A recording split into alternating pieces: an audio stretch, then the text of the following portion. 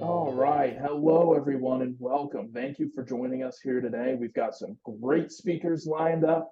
If you were with us yesterday, thanks for coming back again to get today, spending another hour with us during your week. We really, really appreciate it. Some quick reminders, same as yesterday. Please note this is being recorded. It will be posted onto our website. So that is just a notice, just for everybody knowing they're being recorded, even though you're not on video. It's only me, Sonny, and Daniel.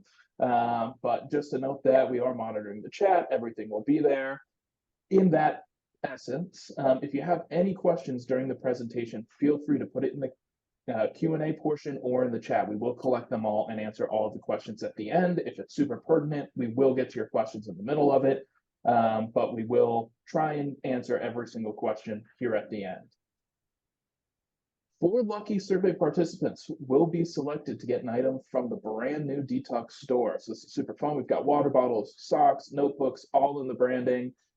Personally, I really want a pair of those socks, but I haven't won and I can't win one. So when you guys get to have the socks or the water bottle or the notebook, so please participate in our post-event survey. We really, really value your feedback. It helps shape the community as a whole and the content that we bring you. So please fill that out at the end, and you might get some swag at the end. So, not a bad deal for a little bit of your time. Just a reminder, we do have a couple more webinars coming up in April. This will be it for the month of March. But in April, we do have 2 webinars already up on our website. Those links will be dropped in the chat here in a moment. So on April 9th, we've got Dell Accessories, a journey through innovation for enhanced productivity. That will be at the same time, 11 a.m. Central. So don't miss it. Register today. And then on April 16th, we've got modernizing the workforce for the AI era. That's another session I know you're going to want to be at. AI is the hot topic, so definitely be there. Once again, at 11, we find that to be a sweet spot for everyone's time, right before lunch if you're Central or East Coast. So it fits perfectly. It's a good way to segue into your lunch. And without further ado, let me introduce our speakers. Today we've got Sonny and Daniel. I've mentioned them already. They're both lead VDI advisory engineers at Dell Technologies. They've got a lot of great information for you. So I'm going to stop talking. And Sonny, over to you. All right. Give me a second. Cool. All good to go? All good to go. Good morning, good afternoon, good evening, everybody. Welcome to, I think it's March Madness week, right? Yes, it is. But Sonny, your slides are not up yet, just so you know. Oh, okay. Hang on. Let me, I thought I had it out there. Give me 1 second here. Hang on, okay. See what just happened here. I think I just lost my Zoom. We can still see you. Okay. So you're just not seeing my slides? Correct. Okay.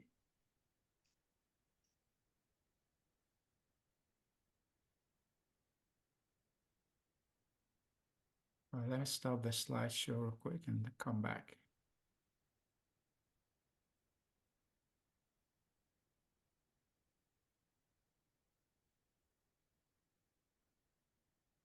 Okay.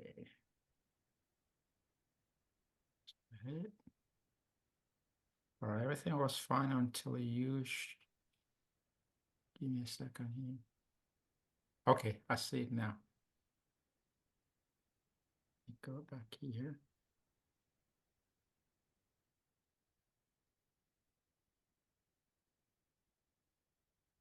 I'm almost there.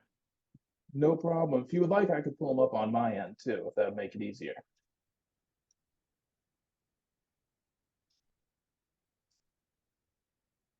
Oh, there we go.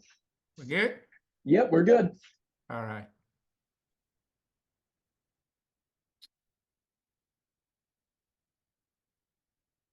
Screen. All right. Sorry about that, guys. So our focus today is talking about VDI, right? And how and why the workload has doubled since the COVID era. Now we'll talk about VDI requirements, try to spend most of our time on Dell Technologies VDI platforms and our validated solutions. I'll go through a couple of use cases, talk about GPU and VDI, and then next steps. So just like I said earlier, before COVID, right, VDI was just one of those workloads that when we talk to customers, how about VDI? Well, yeah, we've heard about VDI, we like VDI, but we don't have the budget for it right now. We'll get to it eventually, right? So we'll talk about, you need this, you need that, about the benefits, that, yeah, I know about the TSO, the TCO, and the ROI, but, basically, we give them the talk, but some of them, go with VDI and some kind of postpone it. Now, then COVID hits, right? Everything changes. Everything was remote access. How can I get it? And I need it yesterday, right? So the next step now is, okay, we're in the post-COVID era. So we spent all this money to, come up with whatever remote access solution we can get. So where do we go going forward? A year from now, 5 years from now, how can you guys help us accelerate, the digital transformation and the remote work? Because we still have I think Gardner mentioned that about 45% of the workforce will remain remote eventually. Okay, so let's talk about some of those remote access options that we have and we still have. One of them is VPN, right? My laptop right now is VPN based, right? It's configured for secure corporate access.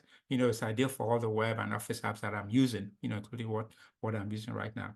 Then we have the SaaS applications, which are all cloud-based, subscription-based softwares via a simple web browser, right? Then you have the good old poor man's VDI, which we call terminal services. It's been around for almost 20 years right now, so Microsoft-based. We also call it the RDSH, or public apps and desktops. But we're here today to talk about VDI, right? Centralized applications, desktops management, on-prem or on public cloud. So why VDI? Well, one of the benefits is data in one location makes it more protected and secure, right? Centralized application management, threat detection without any major interruptions, right? Multiple remote access protocols. You can do GPU. Especially that's one of the big benefits of VDI. Whereas the others, it's a different option. Application publishing can be incorporated, as well as this, the support to support the legacy apps. I have some banking that called about a year ago or so, they still have some MS-DOS-based applications, which is 30 years ago, right? So then another benefit is the utilization of the same image across multiple workstation types. So now when we talk about desktop, what is a desktop? Well, at Dell, the first thing we look at when virtualizing a desktop is the user experience, right? How can I match the user persona and profiles with the workload that they're looking for? Then you have to now look at the 4 components of a desktop. Okay. Today, my laptop or desktop has 4 major components: the CPU, the RAM, the storage, and the GPU. I need to virtualize all of this to give that same user experience I'm getting from the physical desktop. Okay. And then on top of that, you now have the different applications. You're talking about Windows 11, Office 365. Now you're talking about communication tools like Teams and Zoom, all the AutoCAD, ArcGIS. Now today's AI. They're on the Epic side of the house. You have the limitations of the 3 gigahertz, minimum for a desktop to work well in an Epic environment. So all this is what we put in practice when talking to a customer about actually virtualizing a desktop. Okay. Then the improvements in bandwidth, protocols, and GPU have totally changed what VDI used to be, right? A while back, it was just text-based, task workers, just give me email, I'm good to go, right? Then later became knowledge workers. Now, today, you're thinking, okay, I've got a lot of customers in the Wall Street side of the house where they have, a need for 4x4K monitors, Bloomberg keyboards, signature pads. So all this is now possible because of today's technology in the video environment. So when we talk about VDI, well, there's two options there. You have the on-prem, then you have the cloud.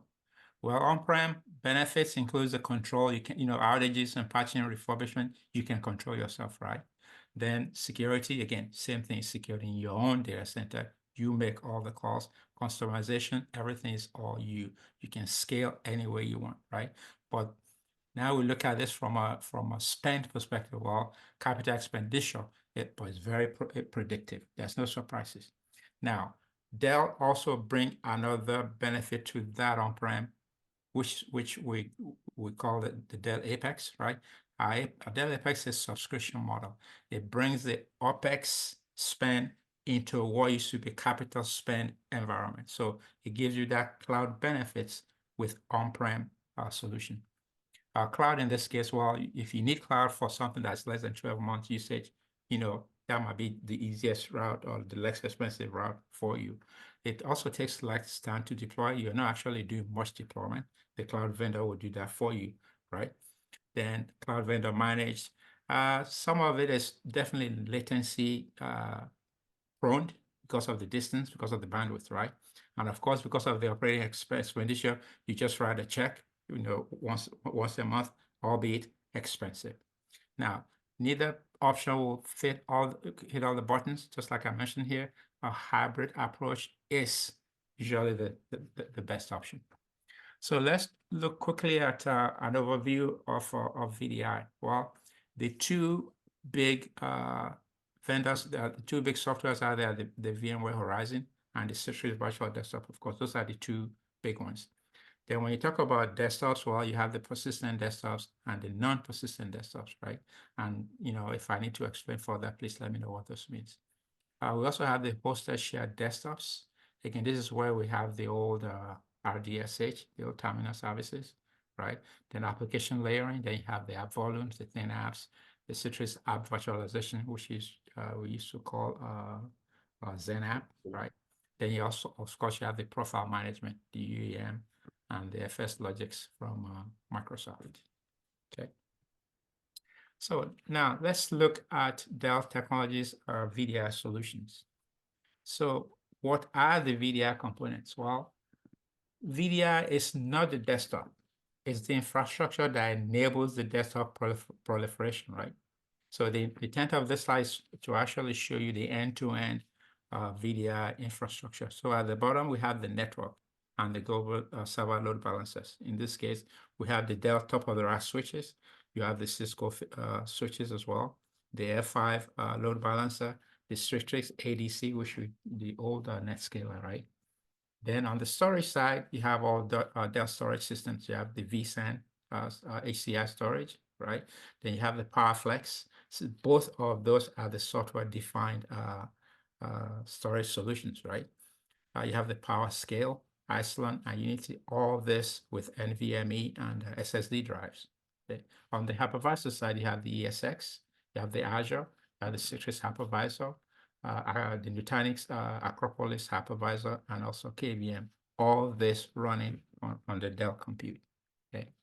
Now, on top of all this is the infrastructure itself, the builds, right? You have the access gateway, you have the connection server, then in some cases you have the cloud connector, depending on how this is managed, or if you have SaaS type of applications, right? Then on the extreme end, you have the core infrastructure itself, which is the core management piece. In this case, I'm using VMware Horizon as an example. You have the vCenter server, you have the database SQL server, and you have the Active Directory, or in some cases, Azure Active Directory, to actually manage the policies and the access to the infrastructure itself. Okay. Now, looking at this screen, you can see that all these servers will support a VDI opportunity, whether it's at the edge, whether you need to use a blade or a sled type configuration, or multiple rack units. All of this hardware will support a VDI project, okay? Well, let me show you some of the other purpose-built systems we have in Dell. For example, in our AI our purpose-built environment, we have the 9680s, the 9640s, and the 8640s. The 9680 in this case will support up to 8 full-size GPU cards, right? And the 8640 will support 4. But again, you can see that this app, purposely built for the complex machine learning types tasks in the AI solutions. Now, on the opposite end is a purpose-built solution for edge acceleration, which is designed to meet a variety of needs, right?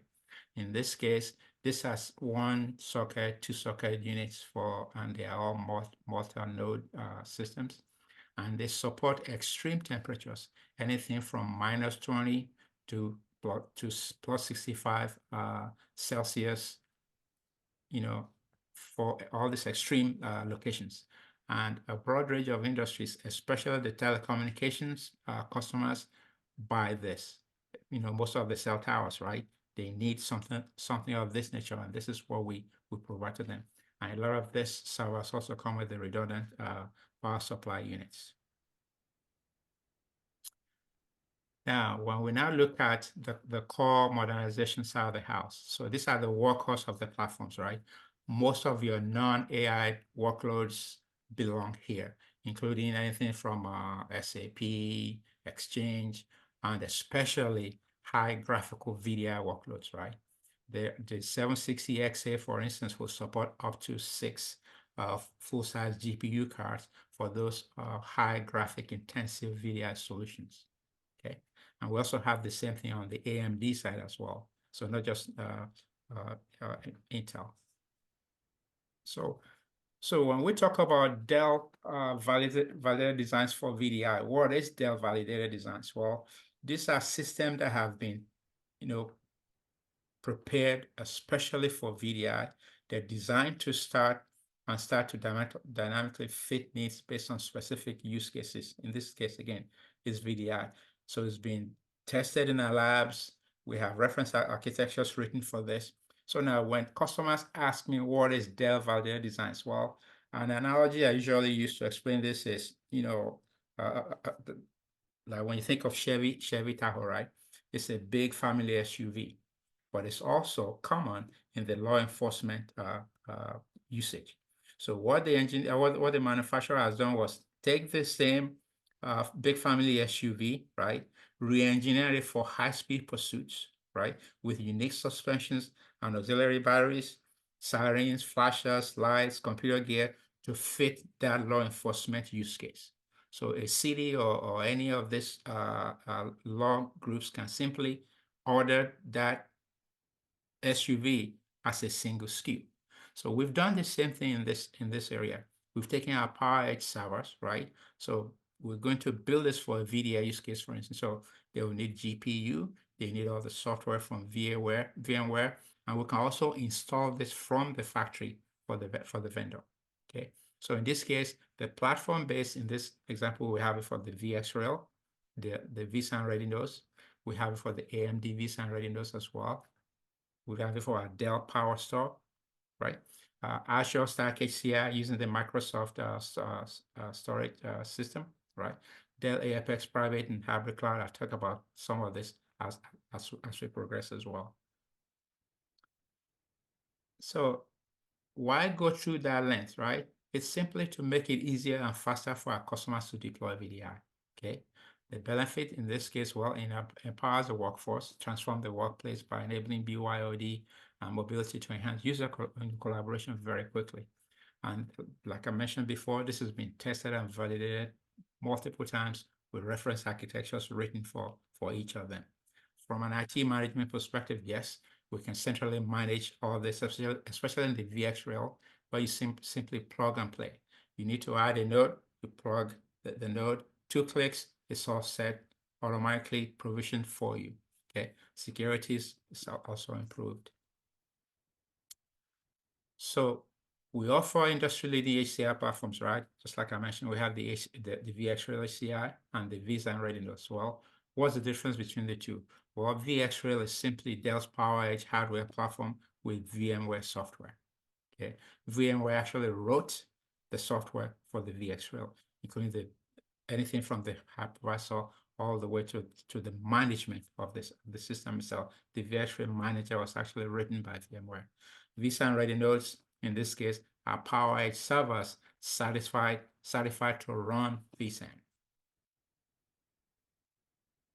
So we have a couple of models here, the 670F and the PowerEdge R750 servers with 4th gen Intel Xeon processors. I think we actually have another latest model, which is the 760 as well.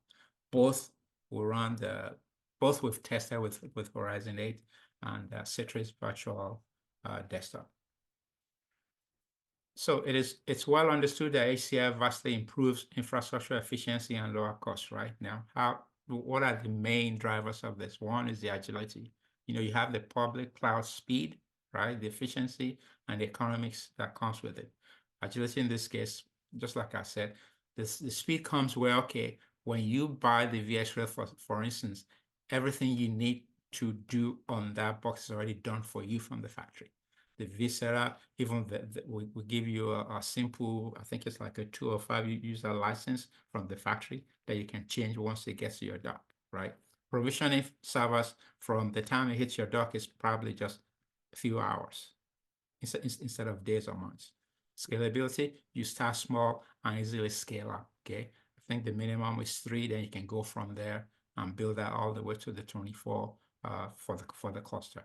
Again, simplicity of operations, software-driven automation. You simply plug and play, you add new nodes, 2 clicks, it's already configured for you by the VSphere manager. So again, the HCI powered by vSAN, whether it's the vSAN ready nodes or the VSphere itself, this software are all written by VMware. Okay, so the vSphere, the vSAN, the vCenter, for the management. Then there's also additional choices. In this case, you have the vSAN ready nodes, the VSphere appliances itself, then vCloud Foundation that gives you additional networking options with VxRail. This can be also installed in public clouds like the AWS and the Azure. Again, this managed services can be done with the service providers, I meant to say. So let's look at VxRail in detail, right? So why VxRail? Well, it's simplified, it scales easily, and improves performance, just like we mentioned. Then we actually have some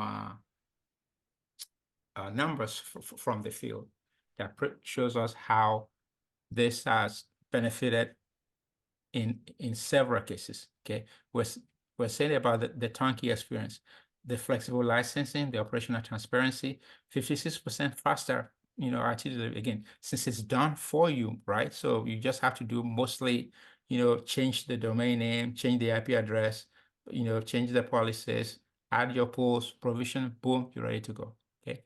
As far as lifecycle management, or one-click upgrades from the VxRail manager itself, right? Then highly differentiated. Again, the HCI system software is fully stacked integration, networking, and the LCM. LCM in this case is when we put in all this together, well, your groups, your teams are part of that decision-making process, right? So before we actually build this from the factory. Advanced analytics is also part of this. Okay.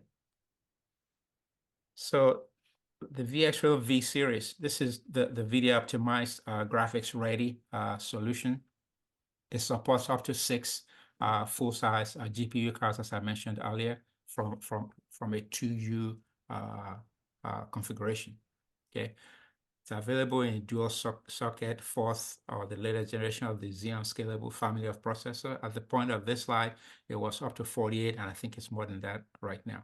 It's ideal for use case such as high-end 2D and 3D virtualization systems, right?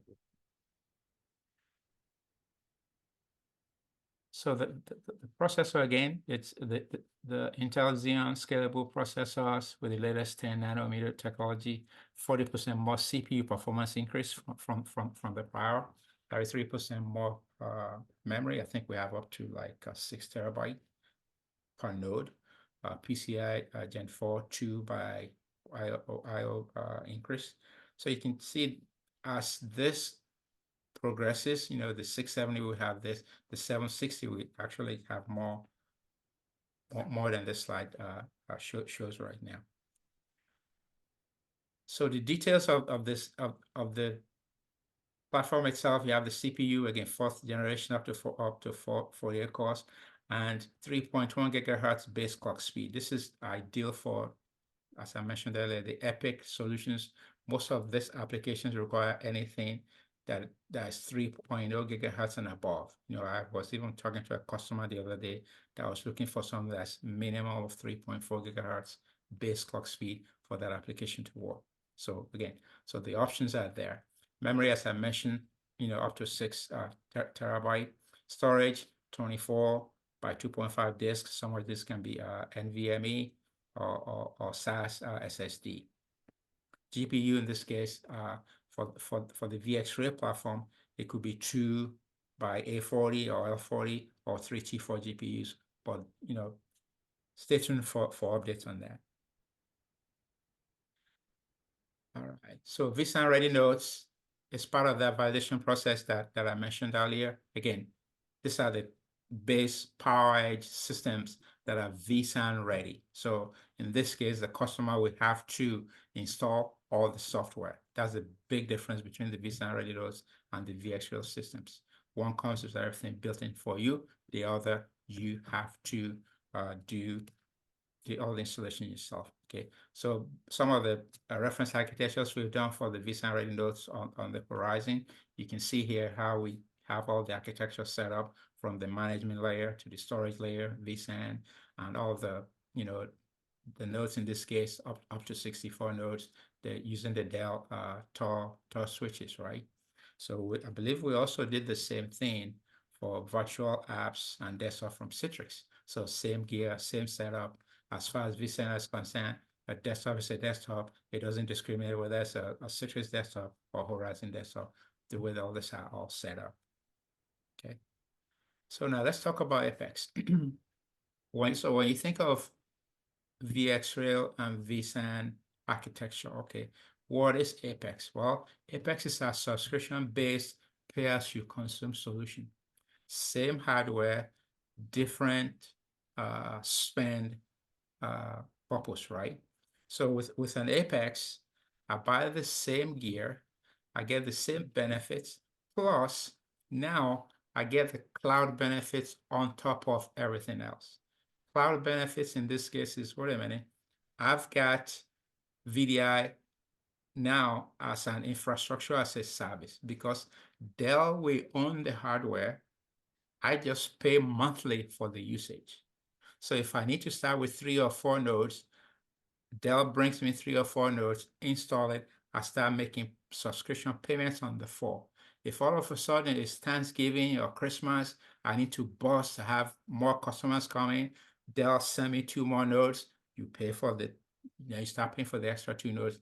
Come January, well, things are down, I don't need these two nodes anymore, can I go back to 4? Yes, you can. So this is the benefit of the Apex consumption model, right? Where you pay as you consume, okay? So we have 2 different Apex Cloud and Apex Hybrid Cloud. Well, the key difference between the two is the Hybrid Cloud also includes the VMware Cloud Foundation, right? Whereas Apex Cloud offers just a subset of it. So you can see here, they're both accelerator optimized, the instance quantity in this case, and subscription term. How, do you want this for 12 months or 36 months? So you decide how you want to consume this. Okay. So again, so when you look at this, is the consumption model of our systems. Okay. So when you think, okay, what is when you look at Apex based environment, right? In comparison with the AWS, the Azures. So what we've found out based on the user experience, the fact that how much beneficial things are on-prem versus in the cloud, right? So it's 9.5% better for Azure, for instance, 2.5 times better than Amazon Workspaces when it comes to the user experience. Now, in this case, just like I mentioned earlier, when when putting together a desktop, a virtualized desktop, right? Am I just virtualizing the CPU, the memory, and the storage, which is what most people think about.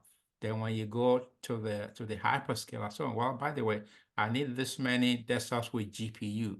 Well, the price of poker just goes up instantly. It costs a lot more, right? As compared to when you do the same thing on-prem, right? You buy the gear yourself, you set it up, you buy all the GPU cards you need, you can now scale as much as you want on the on-prem. Again, low latency on the applications, response time is faster. Of course, since everything is local to you, right, it will be, of course, faster.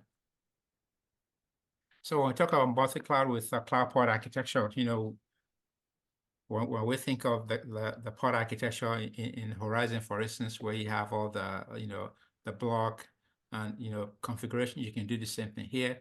We're starting from the data center level, right? Where we say, okay, I'm going to have the desktops in my data center, or I'm going to have it in a colo with a partner, right? Like Equinix, or I'm going to have it in an edge environment. So all the different environments can be now managed together, right? With the Horizon Cloud pod architecture, with the VPN connection between the two, right? And me as a user, I come in, I get access to whichever is closer, whichever is faster to me, not just because I'm supposed to be in data center too, right? I get my desktops where it's closest, where it's more efficient for me, and where it can scale better for me, okay?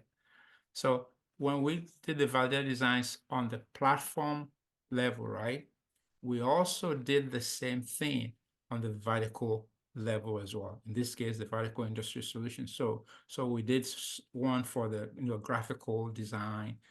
We did it for higher education, for the financial industry. We also did it for healthcare. In fact, that's the one I'm really excited about. We did it for the media and also for the manufacturing. So let's look at this in detail.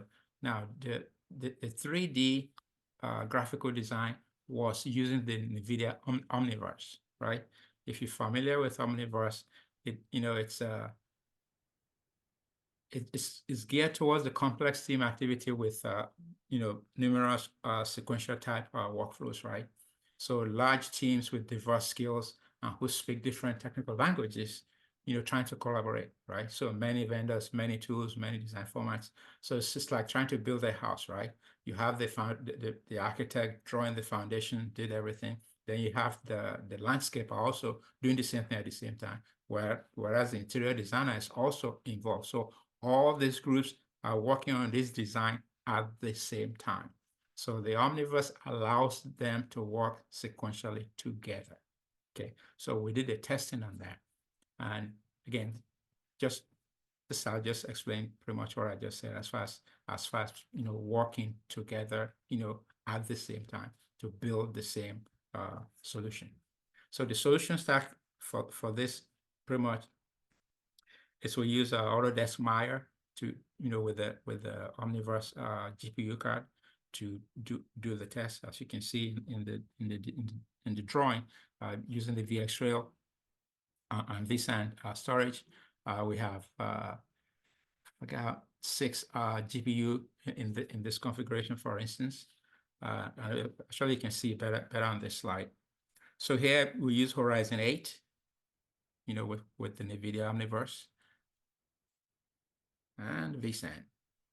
So the solution architecture, again, you can see here we use the 670 with the Dell Power Switch, and the storage in this case is the Dell Power Scale F800 with the PowerEdge 750 and the Autodesk Maya, of course, on the end devices, and the A40 GPU card. So you can all this are also documented in reference architectures that you guys. I'll show you the link at the end of the presentation. Same thing for the higher education use case. So in this case, you have students all over the place, right? There's diversity of user locations and network environments.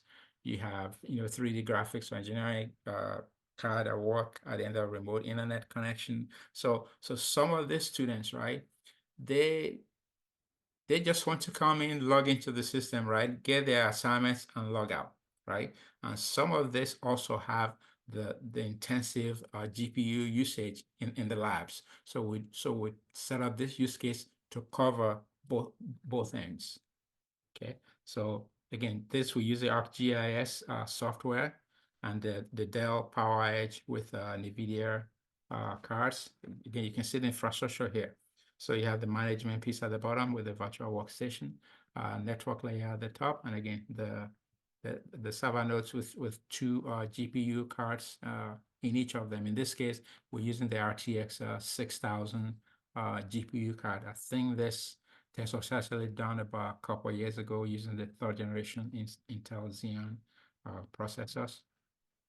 So we did the same thing for the financial industry, right? Now, when you think of the financial industry, you think of, you know, the the office workers, the corporate workers. Then at the same time, you think of, hey, how about the traders, right? So if you now think of, okay, when it comes to the traders, time is money, right? If I'm bidding on the stock, I don't have time for my laptop or desktop or whatever I'm using to buffer. I need that now and I need it right away. So because of that, when we did this testing, we used the, super duper, server storage, server hardware, and the GPU cards as well. Okay. Now, when you think of the personas, well, the traders, for instance, their use cases is very unique. These guys are the ones that use the 4x4K monitors, right? Some of them have eight HDMI 1080 monitors. Then the 4K sort of allow us to split one into two, so which is now why we're down to 4 monitors.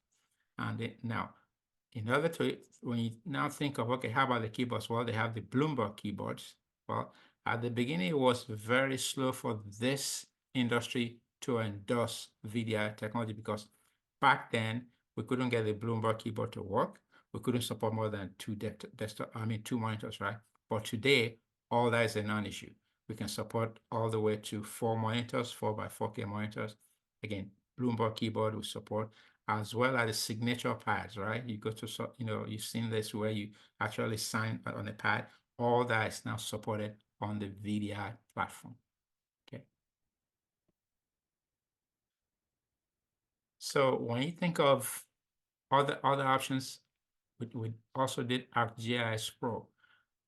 Well, ArcGIS Pro has reinvented desktop geographic information system, with a truly 64-bit desktop application that takes advantage of the modern hardware for all the maximum performances and the smooth map rendering and scene displays, right? So when you think of all these new technologies that requires maps, well, on the desktops, well, we support everything on the VDI as well. So the use case in this case, well, when you're thinking about mappings, editing, data management, even there are some cities that are looking at this from a traffic control perspective. All this is run from a central location that controls their traffic systems. So all this are now supported on the VDI environment. So instead of cities buying this systems that call, $60,000 a desktop, they cannot do that from a VDI desktop at a fraction of that cost. And from this slide, you can see all the different applications in there, all the imagery, the structure, vector, 3D, real time, and everything that support, even the LiDAR, right? So this, again, is set up on the Dell PowerEdge servers. We've tested this on the VxRail. We've also tested it on our vSAN storage. So this is, again, the representation of the solution architecture we put together. All of this, again, are available at our Dell website. So as you can see on this one, on the left is a VxRail solution, right? On the right is a 3-tier solution where you have your separate compute storage, right? Then you have, networking, everything separate. But on the left, you have the VxRail where you have the storage and compute on the same node. And this can also be done on a 2-tier as well, where you have a compute tier and a storage tier as well. So healthcare. Now, this is the one I was really excited about. This is a solution where we're actually sharing VDI and AI workloads on the same systems. Okay, so the reference architecture is for a GPU-enabled shared VDI and AI infrastructure. It supports running VDI and AI workloads either sequentially or simultaneously. It allows the organization to harvest the underutilized GPU capacity. So most times the GPUs are turned off at night when the users are gone, right? But in this case, the GPUs can be used for all the AI analytics at night. So we call this VDI by day and compute by night. Okay, so this was set up using a Horizon 8 and RTX 8000 GPU. So the solution, again, it's the one I'm showing here shows the VDI and AI compute running in parallel. One GPU is assigned to VDI and two is assigned to AI. So when the VDI and AI workloads run consecutively, each workload has all three GPUs assigned to them. So if I want to use all this for VDI during the day, I can assign all three GPUs to VDI. Then at night, I can reboot the server, configure my PowerShell to use all the three GPUs for my AI workload. Okay. So do we have we do have a GPU poll question here, right? Yes, we do. One moment, let me pull it up.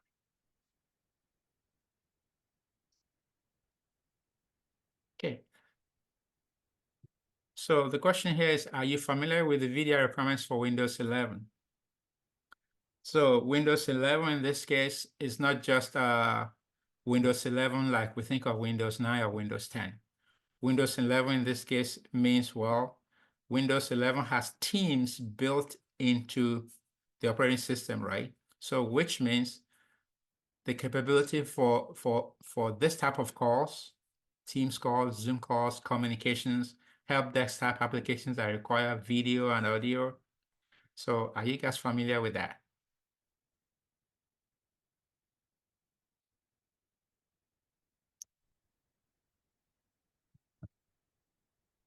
Yeah, it looks like you got a mixed bag of results there. Yeah, all right, cool. So based on what I'm saying, the no's have it. Yeah. So Microsoft came out, forgot when it was, I don't know whether it was official or unofficial. They pretty much said, hey, if you're trying to set up a Windows 11 environment with this type of capability, we recommend a minimum of 2 gig GPU profile to get the same user experience that you get on the desktop, on the physical desktop. Again, I mentioned this earlier in my presentation about what we look for when we virtualize a desktop, right? It's all about the user experience. If I'm going to buy something and I know, okay, I'm expecting this level of user experience and that falls short, well, that's all I'm going to remember. So if you set up a VDI environment where, we don't need GPU, let's just go with this, and this, 2 CPU, 4 gig of RAM is good enough, let's go. Well, when the user now goes from a physical environment where they have access to 2 physical cores, 8 or 16 gig of RAM, this much storage, and this physical GPU to an environment where now all but the GPU is missing. So now you realize that, well, in order to even open a single PowerPoint slide is slow. The screen rendering is not as the same. All I'm going to remember is, oh, well, the new system is slow. And when your user starts saying that continuously, well, guess what? Whatever time, whatever money you spent on that VDI is now slowly draining because they don't like it and they will keep saying not liking it. But what I've been telling my customers is, look, especially if you're going the route of Windows 11, well, GPU is not going to be optional as the time goes on, especially now that we're going through the route of AI, when we're not talking about Copilot. Well, it's going to be something else. Eventually, it will not be an option. So you have to definitely now think of, okay, hey, I need to get moving with GPU. Okay, so let's talk about the GPU options we have for VDI. Well, lately we're now talking about L40, right? L40 and A40 are both 48 gig solutions, right? So some people come to us and say, hey, why can't I use A100? Well, A100 is not designed for VDI. A100 does not render video, right? It's for AI workloads, calculations, that's it. But the A40s, the RTX 8000, 6000 are pretty much old, but the latest one on this slide is the A40. Again, it's an Ampere with 48 gig of memory, mid-range. Then the licenses that support that, the software that support that is the VDWS, the virtual PC, and the virtual apps. So T4 also is sort of old, even though it's under VDI. Now we have L4. M10 is old. I understand the version of M10 might come back out. P6, same thing. So actually, I need to update this slides. So the latest we're using right now is the A16, right? The A40 and the L40s. Those are the three main GPU cards that are specifically designed for the VDI environment. Now, from a third-party GPU solution, right? I was showing you earlier that the slide pretty much shows all servers in the Dell platform, including the blades, right? Now, how do I get GPU support for blade servers? This is where the AMOLED hotkey comes in. They have a sled that will support, Tesla T4 or L4 GPU cards, in a cartridge. So they have 4 cartridges, so it supports 2 cartridges each. So which means each of these sleds will support 8 GPU cards, and the 8 GPU cards slot into the chassis. You can assign each card to a blade, or you can configure it, in any way you fit for your workload. Okay. So another third-party solution is Liquid. So Liquid is where you can actually have a cluster of GPU servers, right? Because this guy supports, eight GPU cards per node. Yeah, for example, in our R7525 servers. So you can build this in the whole cluster by itself, and you can have eight cards in each of those nodes. So as you can see, this can scale really high, from a GPU perspective. All right. Then there's a GPU recommender, our tool that you can launch. So this tool will definitely help you decide, which GPU for which workload, sort of kind of help you with the decision-making process, I would say, as far as which GPU will support your workload. Right. So that's pretty much all I have. So we have 16 minutes left for Q&A. Awesome. So how are we doing? Hey, we're doing great. So we definitely do have a couple questions.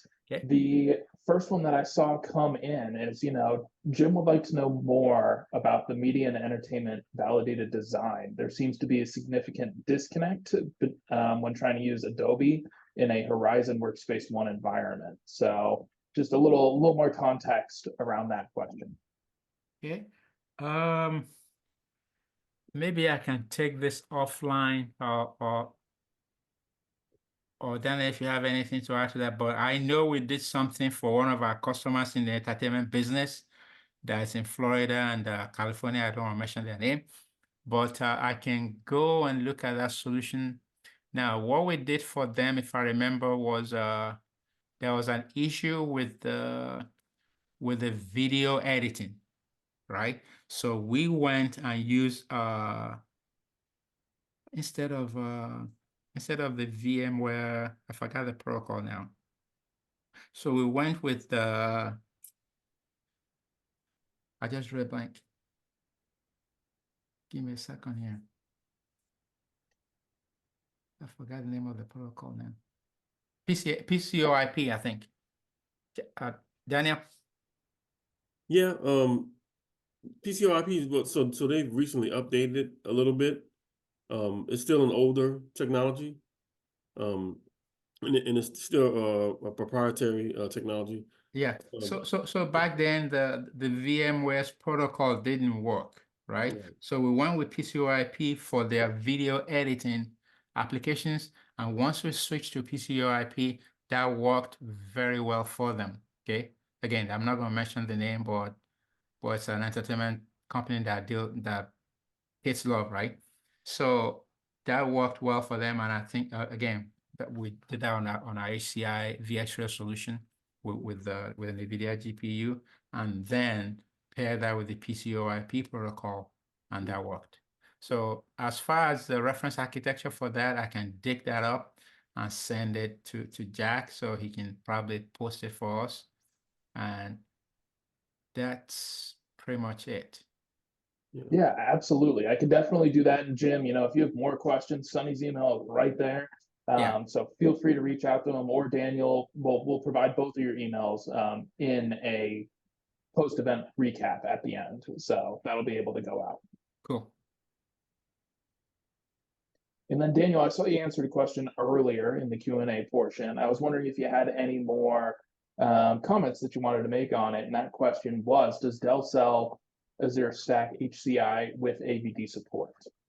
Yeah, so Apex team of guys, we have multiple solutions. So we try to stay agnostic to any of the brokers. So that the Apex platform can be custom designed to any of those solutions, whether it be the AVD, running in the cloud or private or on-prem, the Microsoft Azure, as well as Citrix and Horizon. So they pretty much custom design any of those solutions from that perspective, and then you can decide whether you want it on-prem or if you want it in the cloud. So actually, as far as AVD is concerned, Azure Virtual Desktop, we actually have a reference architecture for that. Yeah, So yeah. we have what is called the Azure Stack HCI. This is where we actually took the PowerEdge server again, put all the AVD codes on them. So whether it's the Azure, the Hyper-V, all that can also be done for you from the factory. We fully support that now. Yeah. So again, it's called the Azure Stack HCI solution. So you can get that, from the Apex perspective, where you buy today, you pay the subscription for it. And, it's a Dell on hardware. They'll manage it for you. They'll support it, all the patching, all the updates. You just pay the monthly subscription. So that's now part of the Apex family. Yes. Awesome. Well, I'm not seeing any other questions come in at this point. So everybody, this is your chance to get your questions answered. But are there any other points you guys wanted to make? Any other comments? I mean, I did see Carla did say, Dell also offers optimized VDI endpoints with strong security and easy management with the Cloud Client Workspace link. Do you guys have any other comments, any other tips and tricks that you want to share while we're waiting for a couple more questions to come in?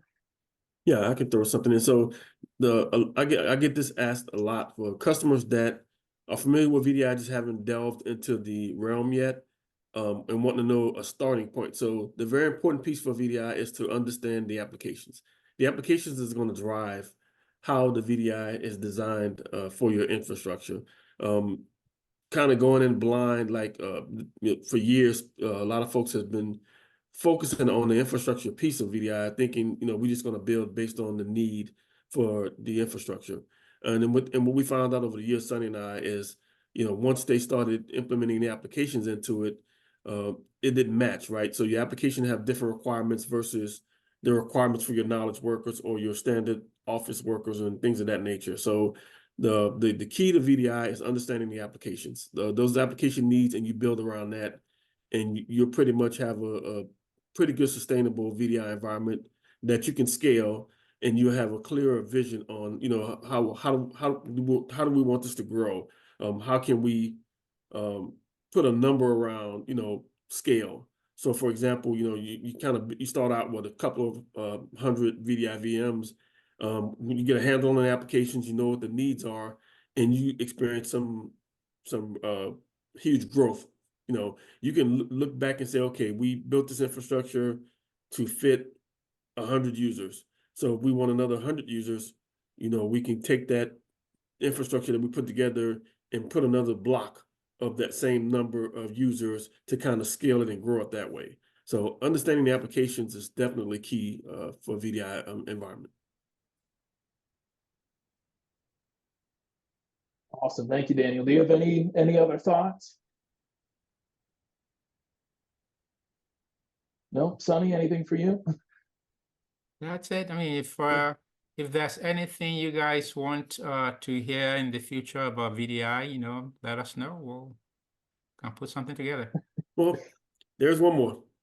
One more. What do we got? And Sonny's gonna kill me for this one, but with the huge deal with VMware's Broadcom selling off the EUC portion of that. So for those that have been in VDI that understand it since you know it's been around for a while, VDI started off as a broker game, right? It wasn't about who the vendor was; it was the broker. As long as you have the broker in place, you know you can build everything else around it. There's been a lot of concern from customers. You know, what direction is the EUC going to take, being that they sold it off to was it KKR? KKR, yes. Yeah. So here's the deal that I tell customers all the time. If you think in perspective of where VDI started, which is the broker, it's kind of going back to that now. Same thing we did with, you know, went from mainframes to the black screens to AS400 to Windows. Now it went back to, you know, client server, same situation. Same analogy for VDI, right? So now it's just going back to a broker game. So that just opened up the door for other broker vendors. It used to be about 4 or 5 broker companies when VDI first started. You know, Quest had one, VMware had theirs, Citrix had one. Then once VDI kind of blew up, the bigger players such as VMware, Citrix kind of took it over, and then Microsoft came in as well, and they kind of integrated it into their software. So now, with all of the news that's happening now, everything is kind of going back to, you know, free agents, you know, if you will. The brokers now are free agents. So I wouldn't worry so much of the direction of VDI is not going anywhere. It's just going to be a matter of, you know, when that free agent gets signed, you know, what team they're going to put around it, you know, what players they're going to put around it to make it work better. So what I've been telling my customers about that issue is simply this. You never sell your stock when the price is down, right? You hold on to it till it comes back, come back up. Same thing here. There's no way KKR will buy the VMware EUC for $4 billion and just let it go. You know, they will invest in it. They will update it. They still have the same developers that develop all this on staff. So that's going to stay the same. Now, as far as Dell Technologies is concerned, well, we're a hardware company. So whether you go with VMware or Citrix or Nutanix, we'll sell the hardware to you. We'll sell you storage. It's all about storage when you really look at it, right? So with our PowerFlex solution, other storage solutions, you know, PowerMax, you know, we have the storage, we have the gear to support whatever decision you make. And that confidence is nice to hear. I'm sure everybody else on this call is like, okay, that makes me feel a little bit better about all this. Yep. And I got to say, I love both your analogies. I mean, Daniel, it is NFL preseason time period. I'm sure everyone's paying attention to that. So that's a great reference. And that's the same with the stocks. Don't sell them while they're low. So very, very timely, perfect reference. Awesome. Well, with that, I'm not seeing any other questions come in, and we're right at time. So Sonny, Daniel, thank you so much for this. This was fantastic. I'm sure everybody on this call got a lot out of it. There have been a couple questions about, you know, when's the recording going to go up? Can I have access to the slides? Pay attention to your emails. We will post them on dtuck.com. We've got them all. So everything will be available for you on dtuck.com and a lot of other great resources as well. So thank you, everybody. See you next time. Hopefully that's April 9th. And I'm sure Sonny and Daniel will come back. All right. Awesome. If the price is right. Awesome. Well, thank you. Have a good one. All right. And I'll talk to everybody soon. Have a good one.